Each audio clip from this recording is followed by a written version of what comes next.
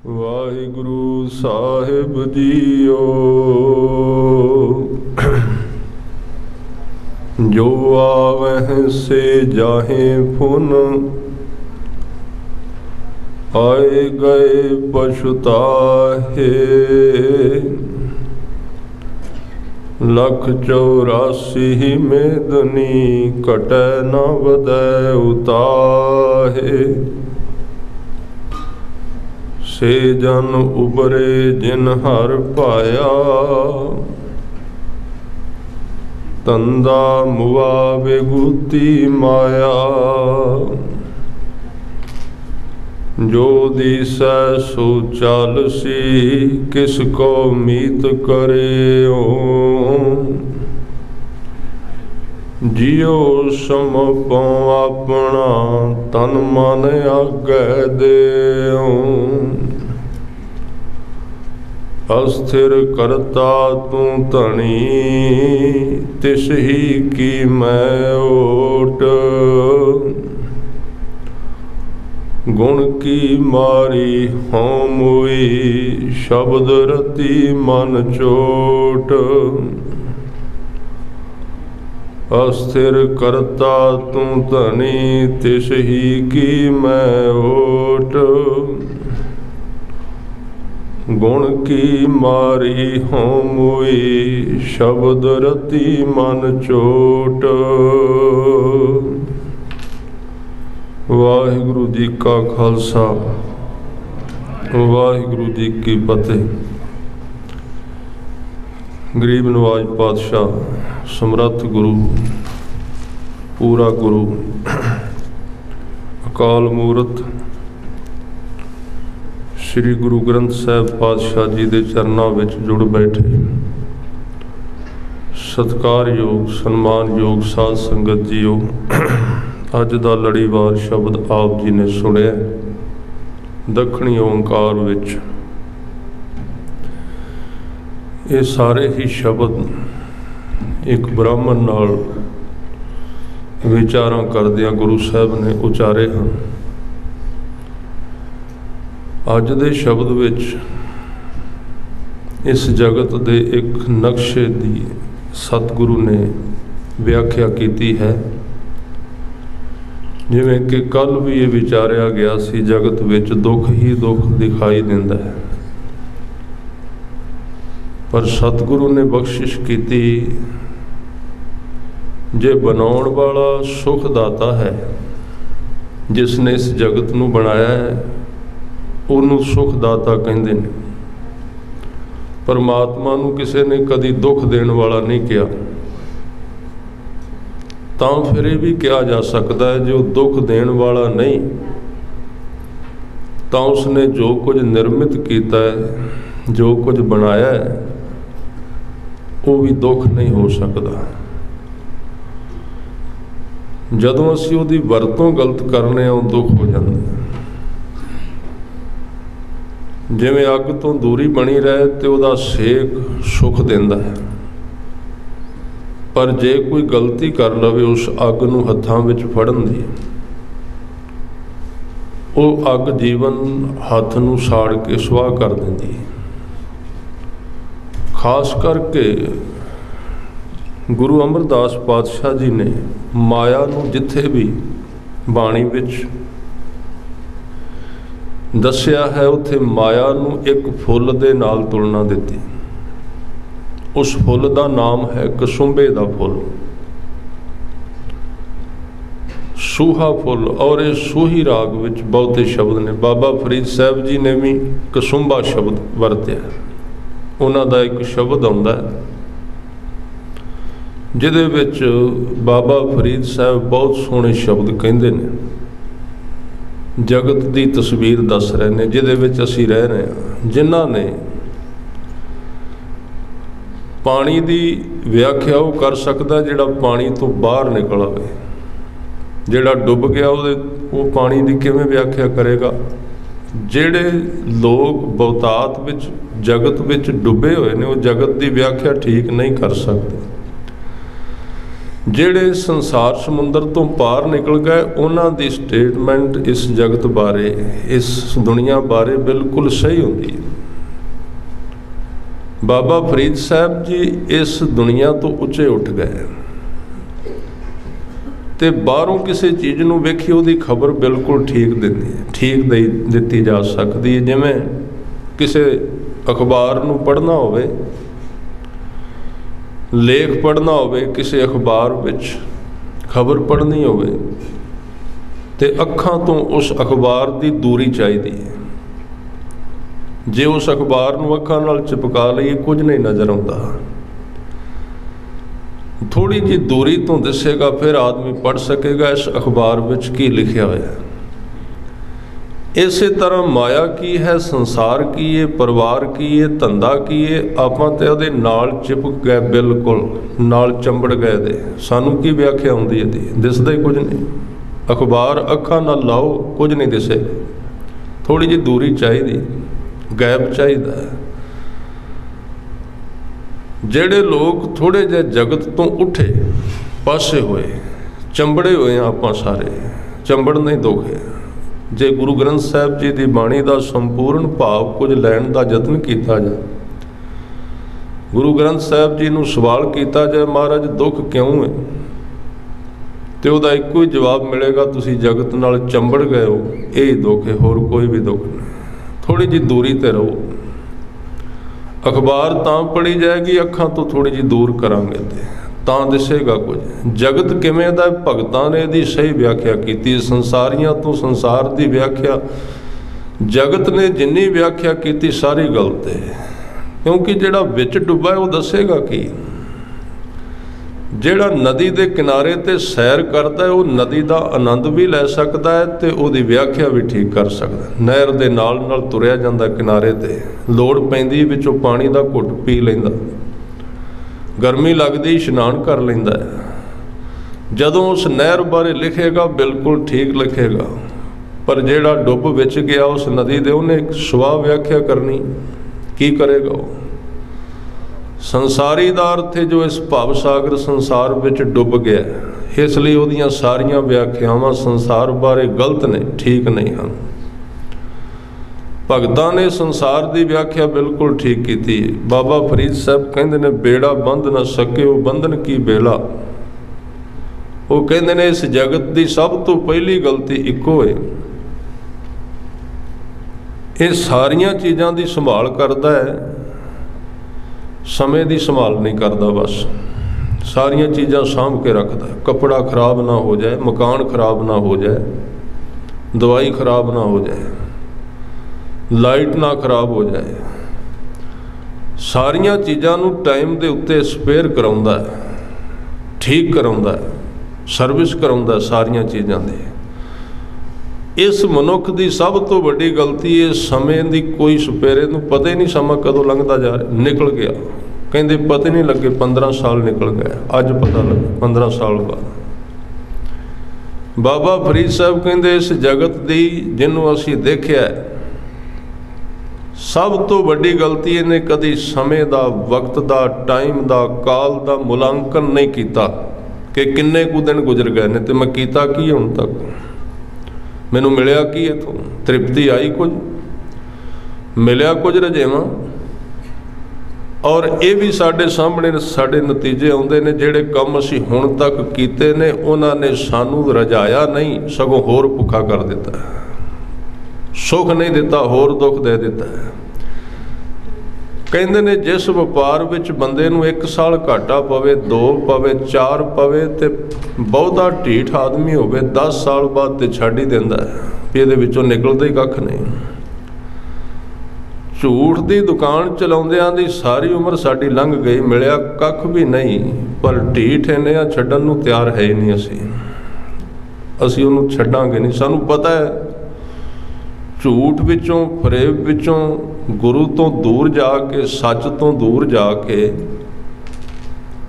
ਅਸੀਂ ਜੀਵਨ ਵਿੱਚੋਂ ਖੱਟਿਆ ਕੱਖ ਵੀ ਨਹੀਂ, ਮਿਲਿਆ ਕੁਝ ਵੀ ਨਹੀਂ ਸਾਨੂੰ। ਇੱਕ ਸੱਜਣ ਨੇ ਬਹੁਤ ਪਿਆਰੀ ਘਟਨਾ ਕਿ ਉਹ ਕਹਿੰਦੇ ਸੱਚ ਦੇ ਮਾਰਗ ਤੇ ਤੁਰਨਾ ਚਾਹੀਦਾ। ਦੂਜਾ ਕਹਿ ਰਿਹਾ ਸੀ ਕੰਮ ਨਹੀਂ ਚੱਲਦਾ ਝੂਠ ਤੋਂ ਬਿਨਾਂ, फरेब तो बिना। वो फिर कह रहा सी गुरु के मार्ग ते चलना चाहिए। उन्हें क्या काम नहीं चलता। उन्हें पूछा तू 40 साल झूठ बोल के वेख्या, सुख मिले? कहंदा नहीं, सुख तो नहीं मिले। फिर तू 1 महीना सच बोल के वेख लै, जिथे 40 साल खराब हो गए ना 1 महीना होर खराब कर लै, करके वेख 1 महीना। जो कुछ सतगुरु गुरु ग्रंथ साहिब पातशाह ने दसिया 1 महीना करके वेखो। आपां करदे नहीं पूरा, जिहड़ा कहने ना करने हुंदा नहीं। वो गुरु नूं पता है जां सानूं पता, आपां उदां कर नहीं रहे। नहीं तो मजाल की 24 घंटिया बाद वापरे ना कुछ, क्यों ना होवेगा जरूर, पर असी उस तरह नहीं कर सके जिवें सतगुरु ने सानू कहा है। जां उहदे वास्ते अजे साडे कोल हिम्मत आई नहीं, उहदे वास्ते बड़ी मेहनत की लोड़ है। कोई छोटा काम है, धर्म के फैसले लै देने जिंदगी दे, छोटा कारज नहीं है। ये मरजीवड़ियां दा रस्ता है, मन का कतल है, बुराइयां नूं कटना पैंदा है, अपना जीवन सौंपना पैंदा है। तां फरीद साहब ने इस जगत की जदों व्याख्या की, कहते सब तो वड्डी गलती है समय की संभाल इहदे कोल बिल्कुल नहीं। बेड़ा बंध ना सकिओ बंधन की बेला। ते गुरु ग्रंथ साहिब जी, गुरु रामदास जी कहते ने उस समय की तू वरतों कर जिहदे नाल तू सारा दिन इस संसार समुंदर विच डुबण तो बच जाएगा। सारा दिन तू मौत की गल छड्ड, वो बड़ी दूर है। तू साल की गल छड्ड, तू महीनिਆਂ की गल छड्ड, तू 1 दिन की गल कर। जे तू कम करना जिंदगी ते महीने छड्ड दे, साल छड्ड दे, उम्र छड्ड दे, मौत जन्म सब त्याग दे।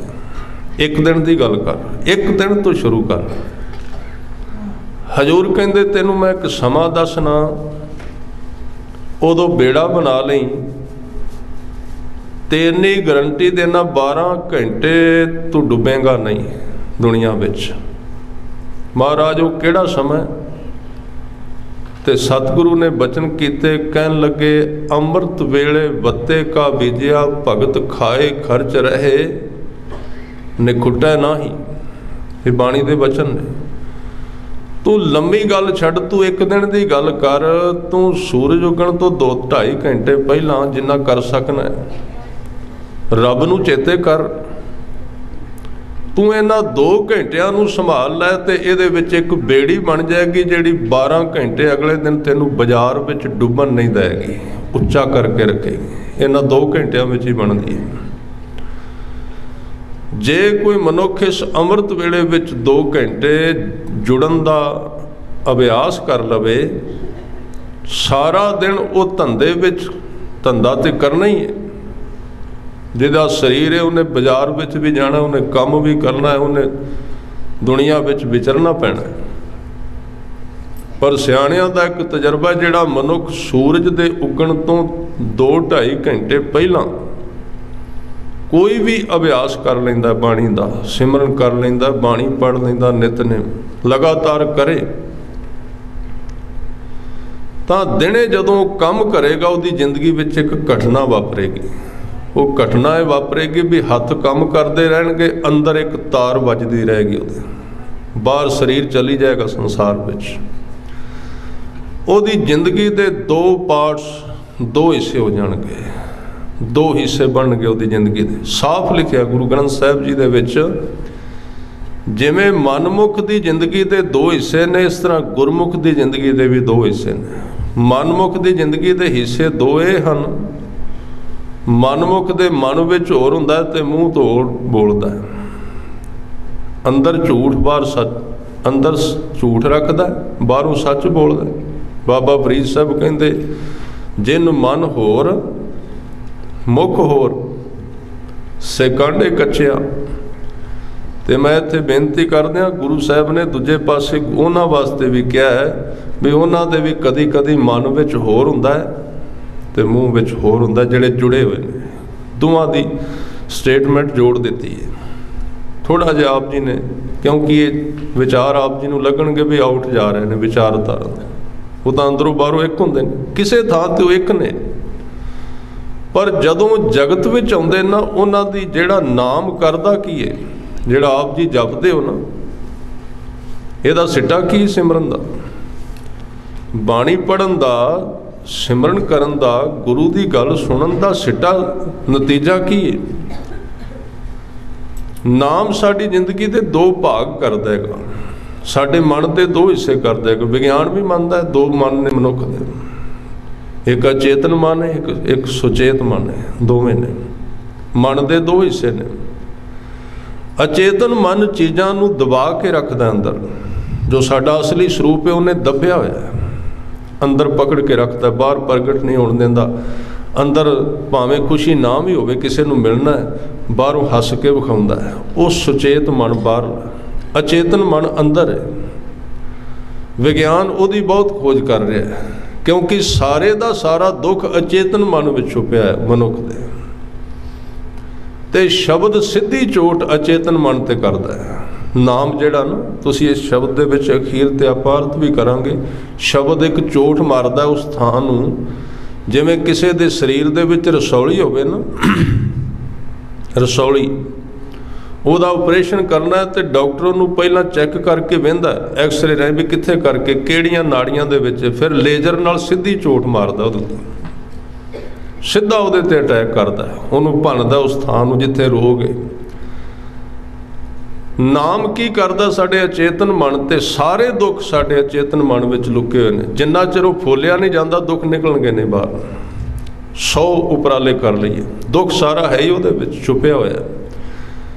ਉਹਦੇ ਅੰਦਰ ਚੀਜ਼ਾਂ ਪੁਰਾਣੀਆਂ ਜਕੜੀਆਂ ਹੋਈਆਂ ਨੇ ਸਾਡੇ ਵਿੱਚ, ਉਹਨਾਂ ਨੂੰ ਅਸੀਂ ਛੱਡਣ ਵਾਸਤੇ ਤਿਆਰ ਨਹੀਂ। ਔਰ ਮੈਂ ਵੀ ਇੱਥੇ ਬੇਨਤੀ ਕਰਦਿਆਂ, ਜਿੰਨਾ ਚਿਰ ਮਨੁੱਖ ਰਾਜੀ ਨਹੀਂ ਹੁੰਦਾ ਉਹ ਖਾਲੀ ਨਹੀਂ ਹੁੰਦਾ ਚੇਤਨ ਮਨ। ਅਸੀਂ ਜਿੰਨਾ ਚਿਰ ਸਹਿਮਤ ਨਾ ਹੋਏ ਅੰਦਰਲੇ ਡੂੰਘੇ ਥਾਂ ਨੂੰ ਸਾਫ਼ ਕਰਨ। ਗੁਰੂ ਗ੍ਰੰਥ ਸਾਹਿਬ ਜੀ ਦੀ ਬਾਣੀ ਵਿੱਚ ਉਸ ਮਨ ਦਾ ਨਾਮ ਆਇਆ ਹੈ। ਪ੍ਰਭਾਤੀ ਰਾਗ ਵਿੱਚ ਗੁਰੂ ਨਾਨਕ ਦੇਵ ਜੀ ਦੇ ਸ਼ਬਦ ਪੜ੍ਹਿਆ ਪਤਾ ਲੱਗਦਾ ਹੈ कि ज्यों-ज्यों गुरु के सिख गुरमुख प्यारे भगत जन नाम नाल सांझ पाउण लग पैंदे ने, नाम शब्द का अभ्यास उन्हां दे गहरे तल ते उतरदा जांदा है, चोट मारदा जांदा है, जीवन दे डूंघे थां ते चोट मारदा। इसे नूं कबीर साहब ने कहा, चोट सहारे शब्द की, ताश गुरु मैं दास। जदों अंदरले पासे नाम चोट मारदा ना, उत्थे फिर सूरमे अगे खलोंदे ने, क्योंकि वो आदतां नूं तोड़दा भन्नदा है। ते गुरु नानक साहब कहते, जिन्हां दा अचेतन मन नाम नाल भरिया गया ना, उन्हां दा जीवन सफल हो गया। रत्ता सच नाम तलहील सो गुर परमल कही है। तलहील दा मतलब तल दा मतलब तला, हील दा मतलब हिरदा, साडे हिरदे दा थल्ले वाला हिस्सा जिहदे विच साडा असली जीवन छुपिया होया, ते असीं बाहरों सिर्फ विखाउणा हुंदा है, लिंब पोच करके जगत नूं अपना चेहरा मोहरा दिखाउने आ। वो सानूं पता है साडे बैड ते साडा जीवन किवें दा, असीं कौन आ, साडे निजी जीवन विच असीं किवें दे आ, वो उत्थे लुकिया होया है। साडे निजी अस्थान दे उत्ते जिन्हों गुरु साहब ने कहा, तू निज थां ते जाण दी कोशिश कर, वो ही तेरा घर है। जिन्हों कहिंदे ने निज घर महल पावो सुख सहजे, बौर ना होए गो फेरा। उस निज घर नूं तलहील अचेतन मन कहा सतगुरु ने। हुण इत्थे ध्यान देना, थोड़ी जी विचार 2-4 मिनट होर इस तरह की साझी करदे हां। साडा जिहड़ा सुचेत मन है ये बाहर जुड़िया होया है, साडा अचेतन मन जिहड़ा है वो आत्मा नाल जुड़िया होया, उहदे कनैक्शन थल्ले ने गहरे। इक्को ही रस्ता उहदे घर वाल जाण दा, अचेतन मन नूं पार कर जाना, उस तो बिना होर कोई राह नहीं। अजे तो आपां सुचेत मन तक भी नहीं गए, अजे तो बार बार रसना ते फिरने आ। ज्यों ज्यों मनुख सुचेत मन में जाएगा, जे उन्हों पार कर गया तां, पहलां तो उन्हों पार करना बड़ा कठिन है, वो राह विच अड़ के खलो जांदा। साड़ियां बाहरलियां आदतां, समाज दीयां चीज़ां, जदों उन्हों कोई पार करदा, फिर वो अचेतन मन विच उतर जांदा। उत्थे फिर पुराने जन्मां दे बीज पए होए ने। कई बारी कई गुरमुख कहते भी साल को तो बहुत वधिया लंघिया, अमृत छकिया सी, साल को तो बड़ा आनंद आया, हुण पता नहीं कि होया, कहते सुक गया सारा कुछ। साध संगत जी जिहड़ी अमृत की दात है वो बंदे दे पल्ले कख भी ना होवे 6 महीने साल गुरु अपने वालों उधार देंदा सिख नूं नाम की दात तां कि उहदा मन टिक जाए। अमृत की दात कोई एवें नहीं, ख्याल रखना। अब 22 तरीक नूं जिथे जिहड़ा अमृत की दात बननी इहनूं केवल एवें ना समझ लेना भी एवें अमृत एक बाहरली रवायत है, नहीं। अमृत एक बड़ी जबरदस्त अध्यात्मक विधि है जिहड़ी इस मन के मरे हुए हिस्सिਆਂ ਨੂੰ परत के जिंदा कर सकती है। पहला पहल अमृत सल्फ देंदा है, सिख की जिंदगी नूं चोट करदा है। जे उसनूं पकड़ लै चला लवे तो अगे वध के पूरा काम करेगी। तो जे अवेसला हो गया कोई साडे सुनाउण वाले कह देंदे बस तुसीं हुण छक लिया अमृत, सचखंड विच पक्की थां तुहाडी, हुण करो मौज, हो गया तुसीं खालसे, जो मर्जी करो, झूठ बोलो कि सच बोलो, जो मर्जी नहीं। वो तो सतगुरु ने गिफ्ट दिता सी, सानू बख्शिश कीती सी भी लै मैं एक धक्का तेनू दे देना तुरन दी जाच हुण तू सिख अगे। पर असीं सौ जाने ਉਹਦੇ तो बाद थोड़े समय बाद जदों अभ्यास चेतन मन में जाता उत्थे रुकावट आएगी जरूर, क्योंकि उन्हें पुराना फुलना सारा। ਉਹਦੇ ਵਿੱਚ कई बारी रस, कई बारी बेरसी, कई बारी शरधा, कई बारी बेशरधा, बड़ा कुछ निकलेगा। क्योंकि सतगुरु कहते जन्म जन्म की इस मन को मल लागी, काला हुआ स्याहो, बड़ा पुराना है। जे पूरे गुरु को आवोगे तो टाइम लगेगा, तो इस तरह ही होगा। नहीं तो हुण तां बथेरी मुक्ति सस्ती मिलती। तुसीं वेखो इंटरनेट ते बड़े बैठे हुए ने मुक्ति देने वाले, 2-4 मिनटां विच कहंदे सुपने विच आए, सुपना आया, मुक्ति दे के चले गए बाबे, मुक्त हो गए। किते कबीर साहब कोल जांदे फिर देंदे मुक्ति किवें मिलदी है। उन्हां कोल छुरी सी एक, जे कोई आउंदा सी ते छुरी रगड़न लग पैंदे सन पत्थर ते। पुछण वाला कहंदा सी कि वो कहंदे मुक्ति बाद विच होवेगी, पहला तेरा गला कटांगा, मुक्ति बाद विच। वो सी मुक्ति। हुण तां धर्म रेडीमेड बनिया बनाया, बटन दबाओ इंटरनेट ते मुक्ति लवो, जो मर्जी करो, सब कुछ सामने पिया है। की लोड़ है करन दी, ना गुरुद्वारे जाण दी, ना कोई कमाई करन दी, ना अपने आप नूं बदलण दी, सीधी सावी मुक्ति। जिस दा जिक्र 10वें पातशाह ने कीता, वो कहंदे ने एक समा ऐसा होवेगा, घर घर होए बहेंगे रामा, कोई ना सरेगा किसे ते कम। बड़े रब बन के बहणगे पर कम किसी तो भी नहीं सरना, क्योंकि ये मार्ग इस तरह का है ही नहीं है। इस करके मैं जिहड़ा विशा लै रहा सी, चेतन मन ते अचेतन दो हिस्से ने जिंदगी दे।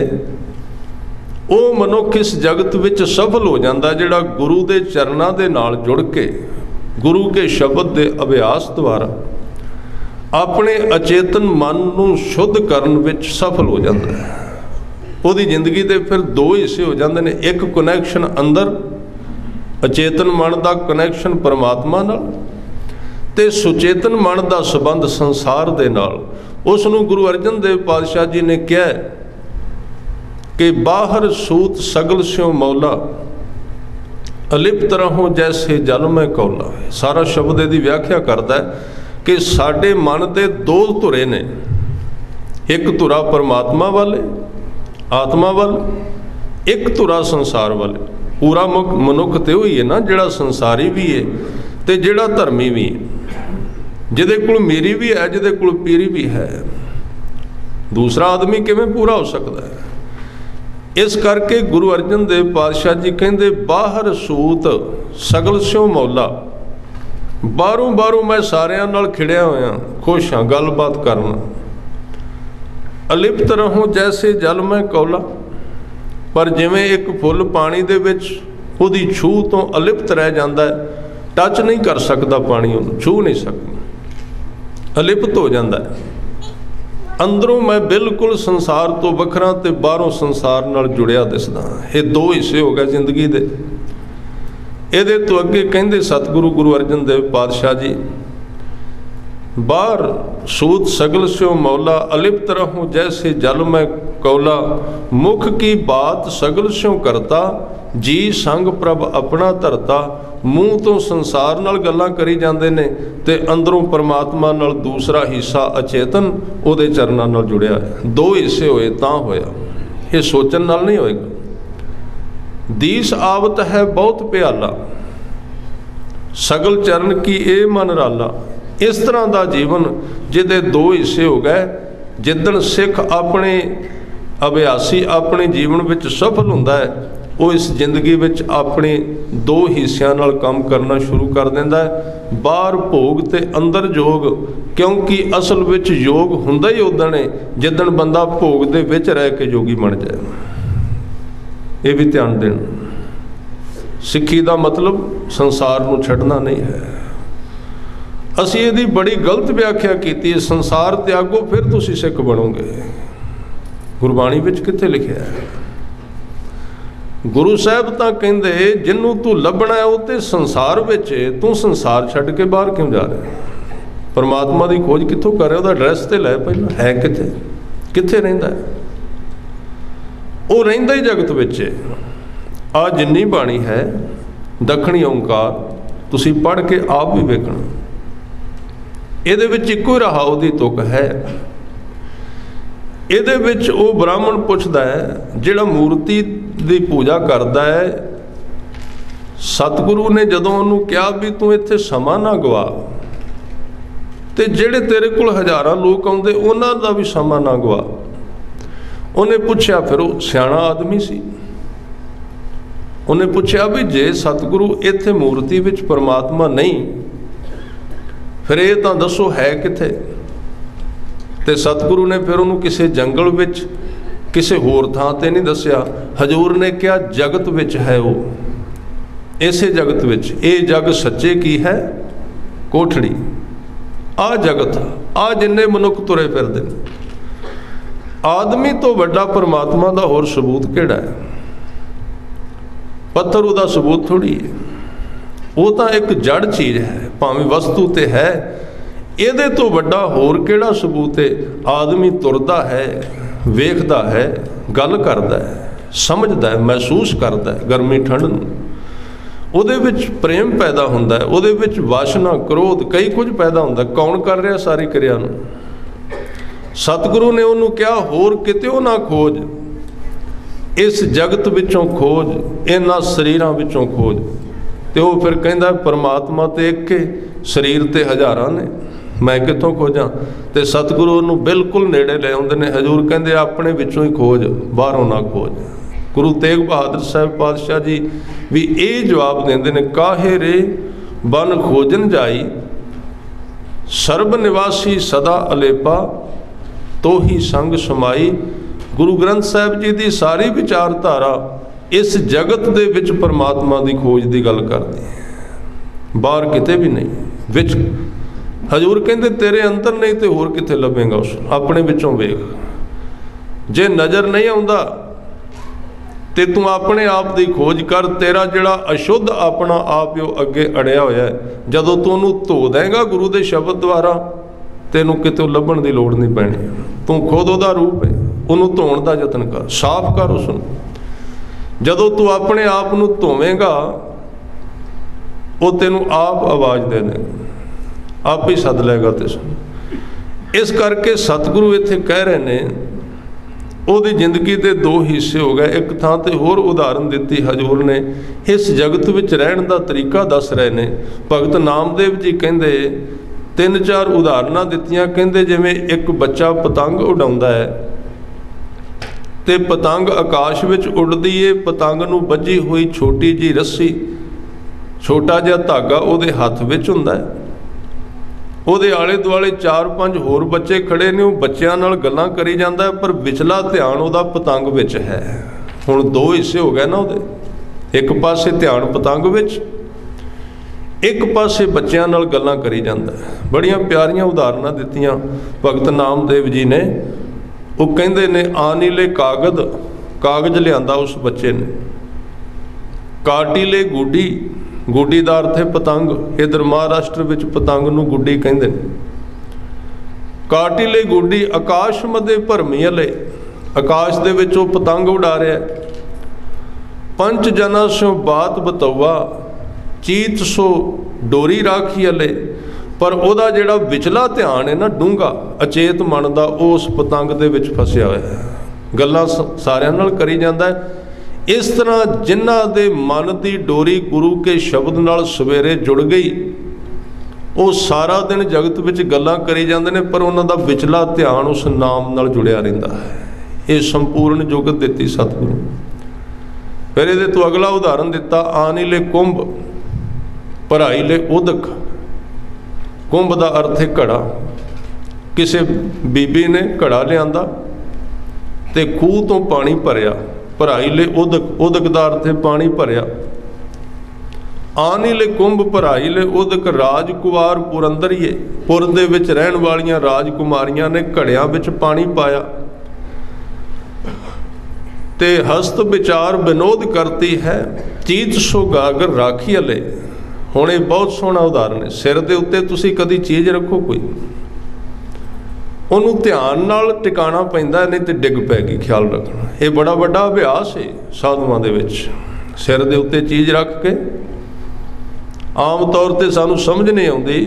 ਮੈਂ ਕਾਰ ਸੇਵਾ ਵਾਲੇ ਮਹਾਂਪੁਰਸ਼ ਵੇਖਿਓ ਸਿਰ ਤੇ ਟੋਕਰੀ ਰੱਖ ਕੇ, ਮਿੱਟੀ ਦੀ ਭਰ ਕੇ, ਨਾਲੇ ਤੇ ਸੇਵਾ ਤੇ ਹੱਥ ਛੱਡ ਕੇ ਤੁਰਦੇ ਬੜੇ ਧਿਆਨ ਨਾਲ। ਪੁੱਛਿਆ ਜੀ ਇਹ ਕੀ? ਕਹਿੰਦੇ ਇਹਦੇ ਤੋਂ ਵੱਡਾ ਧਿਆਨ ਹੀ ਹੋਰ ਕੋਈ ਨਹੀਂ। ਧਿਆਨ ਇਕਾਗਰ ਕਰਨ ਦਾ ਇੱਕੋ ਹੀ ਤਰੀਕਾ ਹੈ, ਕਿਉਂਕਿ ਧਿਆਨ ਸਾਰਾ ਸਿਰ ਵਿੱਚ ਚਲਾ ਗਿਆ। ਜਦੋਂ ਤੁਸੀਂ ਸਿਰ ਦੇ ਉੱਤੇ ਕੋਈ ਚੀਜ਼ ਰੱਖੋਗੇ, ਸੇਵਾ ਦਾ ਤਾਤਪਰਜ ਇਕੱਲੀ ਸੇਵਾ ਨਹੀਂ, ਉਹ ਸਿਮਰਨ ਵੀ ਹੈ। ਜਦੋਂ ਸਿਰ ਤੇ ਚੀਜ਼ ਰੱਖਾਂਗੇ, ਧਿਆਨ ਸਾਰਾ ਸਿਰ ਤੇ ਚਲਾ ਜਾਏਗਾ, ਇੱਕੋ ਥਾਂ ਤੇ ਕੇਂਦਰਿਤ ਹੋ ਜਾਏਗਾ। ਉਹ ਕਹਿੰਦੇ ਨੇ ਟੋਕਰੀ ਇਕੱਲੀ ਟੋਕਰੀ ਨਹੀਂ, ਮੇਰੇ ਧਿਆਨ ਦਾ ਕੇਂਦਰ ਹੈ, ਮੇਰੇ ਧਿਆਨ ਨੂੰ ਇਕੱਠਾ ਕਰ ਦਿੰਦੀ ਇੱਕੋ ਥਾਂ ਤੇ। ਘੜਾ ਸਿਰ ਤੇ ਰੱਖਣਾ ਪਾਣੀ ਦਾ, ਤੁਰੀ ਜਾਣਾ ਤੇ ਧਿਆਨ ਉਹਨੂੰ ਸੰਭਾਲ ਕੇ ਰੱਖਦਾ ਸਿਰ ਨੂੰ। ਇਹ ਹੈ ਧਿਆਨ।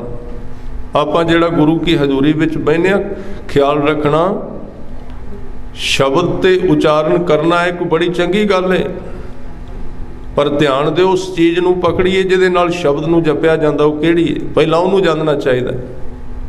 ਸਾਡੇ ਅੰਦਰ ਉਹ ਕਿਹੜੀ ਵਸਤੂ ਹੈ ਜਿਹਨੇ ਸ਼ਬਦ ਦੇ ਨਾਲ ਜੁੜਨਾ ਹੈ।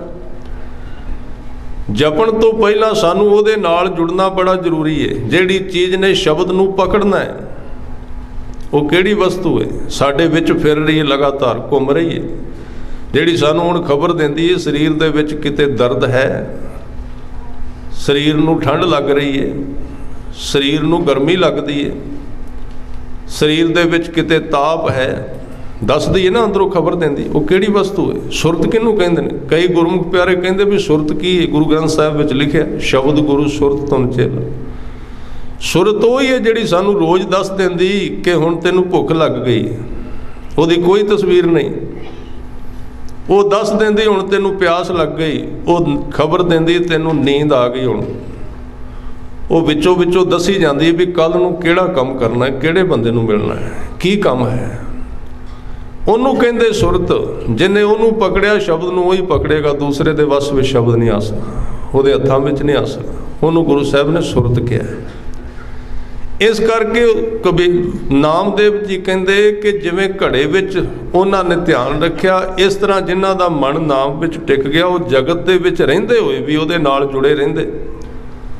ਫਿਰ ਤੀਸਰੀ ਉਦਾਹਰਨ ਦਿੱਤੀ, ਕਿਉਂਕਿ ਇਹ ਜਿਹੜਾ ਸਾਰਾ ਸ਼ਬਦ ਹੈ ਨਾ, ਇਹ ਭਗਤ ਨਾਮਦੇਵ ਜੀ ਆਪਣੇ ਪਰਮ ਮਿੱਤਰ ਭਗਤ ਤ੍ਰਿਲੋਚਨ ਜੀ ਦੇ ਨਾਲ ਗੱਲਬਾਤ ਕਰਦਿਆਂ ਉਚਾਰ ਰਹੇ ਨੇ। ਇਸ ਤੋਂ ਅੱਗੇ ਉਹਨਾਂ ਨੇ ਉਦਾਹਰਨ ਦਿੱਤੀ, ਕਹਿੰਦੇ ਮੰਦਰ ਏਕ ਦੁਆਰ 10 ਜਾਂ ਕੇ, ਗਊ ਚਰਾਵਨ ਛਾੜੀ ਅਲੇ, 5 ਕੋਸ਼ ਪਰ ਗਊ ਚਰਾਵਤ, ਚੀਤ ਸੋ ਬਛਰਾ ਰਾਖੀ ਅਲੇ। ਜਿਵੇਂ ਇੱਕ ਗਾਂ ਦਾ ਛੋਟਾ ਜਿਹਾ ਬੱਚਾ ਤੇ ਗਾਂ ਨੂੰ ਚਰਾਉਣ ਵਾਲਾ ਬੜੀ ਦੂਰ ਲੈ ਗਿਆ, ਉੱਥੇ ਘਾਹ ਚੁਗਦੀ ਏ, ਪਰ ਧਿਆਨ ਉਹਦਾ ਆਪਣੇ ਬੱਚੇ ਵਿੱਚ ਵਾਰ-ਵਾਰ। ਘਾਹ ਵੀ ਚੁਗੀ ਜਾਂਦੀ ਏ, ਨਾਲ ਨਾਲ ਧਿਆਨ ਉਧਰ ਰੱਖਦੀ। ਇਹਨੂੰ ਸਤਿਗੁਰੂ ਸਮਝਾ ਰਹੇ ਨੇ।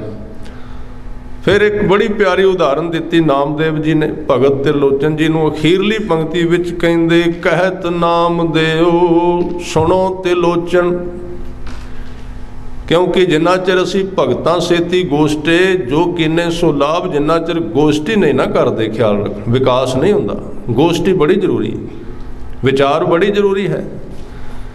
इत्थे कहत नामदेव सुनो त्रिलोचन, नामदेव जी कहते हे त्रिलोचन जी सुनो, कहते बालक पालन पौड़ी वाले, बालक दा अर्थ है बच्चा, पालन दा अर्थ है पंघूड़ा। जिवें एक छोटा जिहा बच्चा उहदी माँ पंघूड़े विच पा दिंदी है, कहते अंतर बाहर काज विरोधी, चीत सो बालक राखी वाले। बच्चे नूं पंघूड़े विच पा के उहदी माँ अंदर बाहर सारे घर विच काम करदी फिरदी है, पर वो काम करदी दा ध्यान वो बच्चे विच रहिंदा है। जिहड़े मनुखां ने ये जुगत सिख लई जगत दे विच, उन्हां नूं इत्थे आके पछताउणा नहीं पैंदा। ते जिहड़े बाकी दे लोक ने उन्हां बारे गुरु नानक देव जी कह रहे ने, जो आवें से जाहें फुन आए गए पछताहें। जिन्हां ने ये कला ना सीखी, अपने चेतन ते अचेतन मन नूं ना जाणिया, वो तां बस आए ते चले गए खाली हथ। ਜਿਹੜਾ कुछ मिलिया सी वो भी इत्थे गवा गए, सवास खाली लंघ गए। जो आवें से जाहे पुन, बेकार विच जीवन लंघ गया। आए गए पछताहे, जदों वापस मुड़े पछतावे दी पंड उन्हां दे कोल सी, होर कुछ भी नहीं मिलिया। हजूर कहंदे लख 84 ही मेदनी, घटै न वधै उताहे। ये जिहड़ी सृष्टि इन्हां 84 लाख इहदियां जूनां मन्नियां गईयां ने, वो आदमी इन्हां तो पार नहीं निकल सकता, इन्हां दे विच फसिया रहिंदा। आ कई विचारक तुहानूं मिलणगे, वो कहणगे कोई जन्म मरण नहीं, कोई 84 लाख नहीं। आ 936 दे उत्ते लिखिया होया है कि 84 लाख ते घटदियां वधदियां नहीं। सतगुरु कहंदे जिहड़े लोग नाम तो हीणे ने, वो इन्हां विच फसे रहिंदे, इन्हां तो पार नहीं जा सकते।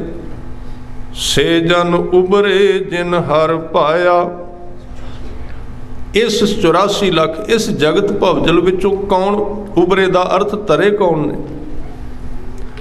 जिन्हां ने अकाल पुरख वैगुरु दा नाम जपिया गुरु दी शरण विच ते वैगुरु नूं चंगे लगे भाए हन।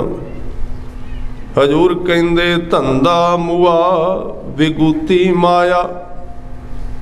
इस धंधे दे विच रहिंदियां होइयां भी उन्हां ने धंधे नूं अपने अधीन कर लिया। धंधा मुआ, उन्हां दा धंधा खत्म हो गया, भज दौड़ खत्म हो गई। विगूती माया, विगूती दा अर्थ है खुआर होना। जिहड़ी माया ने सारे जगत नूं खुआर कर दिता है, उन्हां ने उस माया नूं खुआर कर दिता, तोड़ भन दिता। क्योंकि एक पासे जगत विच भी रहे ते जगत तो वखरे हो गए। जो दिसै सो चल सी, किस को मीत करें। उन्होंने इस सच्चे ज्ञान की समझ आ गई कि जिन्ने भी इत्थे दिस रहे ने सारे चलनहार विछड़न वाले ने, इन्हां विचों कोई भी सदैवी मेरे नाल नहीं रह सकता। इस ज्ञान करके उन्हां विच एक नवीं खोज पैदा हुई कि मित्र किस नूं बनाइए जो मेरे नालों विछड़े ना। किस को मीत करें, दोस्ती किदे नाल पाइए। हजूर कहंदे जियो समपो अपना तन मन आगे देओ। ओनू मित्र बनाइए ते सारी अपनी जीवन दी बाग डोर, जिंद तन मन ते धन सारा उसनू दे दईए जो नाल निभण वाला है। वो कौन है? हजूर कहंदे अस्थिर करता एक तू, अस्थिर करता तू धनी, तिस ही की मैं ओट। नाल रहन वाला कौन? जो सदीप पहला भी सी साडे नाल इत्थे आउण तो, ਜਿਹੜਾ ਪਹਿਲਾਂ ਨਾਲ ਸੀ ਬਾਅਦ ਵਿੱਚ ਉਹ ਹੀ ਆਵੇਗਾ। ਆ ਵਿੱਚ ਵਿਚਾਲੇ ਥੋੜੇ ਜਿਹੇ ਲੋਕ ਇਕੱਠੇ ਹੋ ਗਏ, ਜਿਵੇਂ ਨਦੀ ਪਾਰ ਕਰਨ ਲੱਗਿਆਂ, ਜਿਵੇਂ ਆਪਾਂ ਸਫ਼ਰ ਕਰਨਾ ਹੁੰਦਾ ਹੈ। ਧਿਆਨ ਦਿਓ, ਇੱਕ ਦੇਸ਼ ਤੋਂ ਦੂਜੇ ਦੇਸ਼ ਵਿੱਚ ਜਾਂਦੇ ਹਾਂ ਤੇ ਉੱਥੇ ਫਲਾਈਟ ਤੇ ਜਾਂ ਬੱਸ ਤੇ ਕਿੰਨੇ ਲੋਕ ਇਕੱਠੇ ਹੋ ਜਾਂਦੇ ਸਾਡੇ ਨਾਲ। ਉੱਥੇ ਇਕੱਠੇ ਹੁੰਦੇ, ਸਫ਼ਰ ਵਿੱਚ ਇਕੱਠੇ ਰਹਿੰਦੇ ਤੇ ਜਿੱਥੇ ਜਾ ਕੇ ਉਤਰਨਾ ਫਿਰ ਆਪੋ ਆਪਣੇ ਰਾਹਾਂ ਤੇ ਚਲੇ ਜਾਂਦੇ ਨੇ। सतगुरु कहते आ तेरा जिहड़ा परिवार है, जिहड़े तेरे दोस्त मित्र ने, सारे तेरे सिर्फ राह दे मित्र, सिर्फ सफ़र कर रहे हैं। जदों टिकाणा आ गया तुसीं आपो अपने राह ते चले जाओगे, उत्थे तुहाडा अपना घर ही काम आ सकदा है। इस करके कहते अस्थिर करता तू धनी तिस ही कि मैं ओट, इक्को ही संगी साथी है जिहड़ा मेरे नाल रह सकदा है। गुण की मारी होम हुई शब्द रत्ती मन चोट। गुण का अर्थ है गुरु का शब्द, गुरु का सुभाव। जिन्हां ने गुरु के शब्द की चोट नाल अपने मन नूं मारिया, इहदे अशुद्ध हिस्से नूं मार दिता। कई सज्जन कहते भी मन ही मर गया तो फिर किहदे नाल आपां भगती करनी, जुड़ना काहदे नाल। जदों भी गुरबाणी विच मन नूं मारन की गल आवेगी, उहदे अर्थ होणगे साडे मन का अशुद्ध हिस्सा जिहड़ा मैल नाल भरिया होया है। शुद्ध मन नहीं मरदा, ख्याल रखना। शुद्ध मन नूं ते आत्मा कहते हैं, जोत कहते हैं। शब्दों का हेर फेर है, असीं इस भुलेखे विच पै जाने। जदों मन शुद्ध हो गया वो आत्मा बन गई, वही चीज़ है। जदों इहदे नाल मैल चंबड़दी इहनूं मन कह देंदे ने। इस करके इस मन नूं गुरु साहब ने आवाज़ दिती है कि गुरु चरनां नाल जुड़ के अपने कारज नूं सवारना चाहिदा है, उहदे नाल जुड़ना चाहिदा है। आओ प्यार सहित शब्द नाल जुड़िए, उचारण करना सारिਆਂ ने बख्शिश करनी। मन गुर मिल काज सवारे, मन गुर मिल काज सवारे जी। मन गुर मिल काज सवारे, मन गुर मिल काज सवारे। मन गुर मिल काज सवारे, मन गुर मिल काज सवारे। मन गुर मिल काज सवारे, मन गुर मिल काज सवारे। औद घटै दिन सिरै नारे, औद घटै दिन सिरै नारे।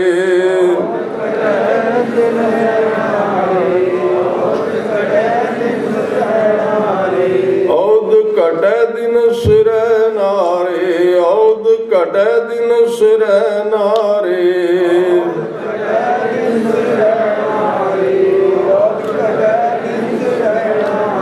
मन गुर मिल काज सवारे, मन गुर मिल काज सवारे। मन गुर मिल काज सवारे, मन गुर मिल काज सवारे। मन गुर मिल काज सवारे जी। मन गुर मिल काज सवारे, मन गुर मिल काज सवारे। मन गुर मिल काज सवारे, मन गुर मिल काज सवारे। मन गुर मिल काज सवारे, मन गुर मिल काज सवारे। मन गुर मिल काज सवारे। गुरु नाल मिल के जीवन का जिहड़ा मुख कारज है, जिन्हों सतगुरु कहते मुख कारज है जुड़ना, एक नाल सांझ पाउणी। उस कारज विच तां ही आपां सफल हो सकांगे जे गुरु नाल सांझ पावांगे, क्योंकि सतगुरु विचोले हैं, सांझ पाउंदे जोड़ पाउंदे ने। हजूर किरपा करन। आओ अगला प्रोग्राम जुड़न का समागम सिमरन समागम में जुड़िए। भुलां चुकां दी खिमा। वाहिगुरू जी का खालसा।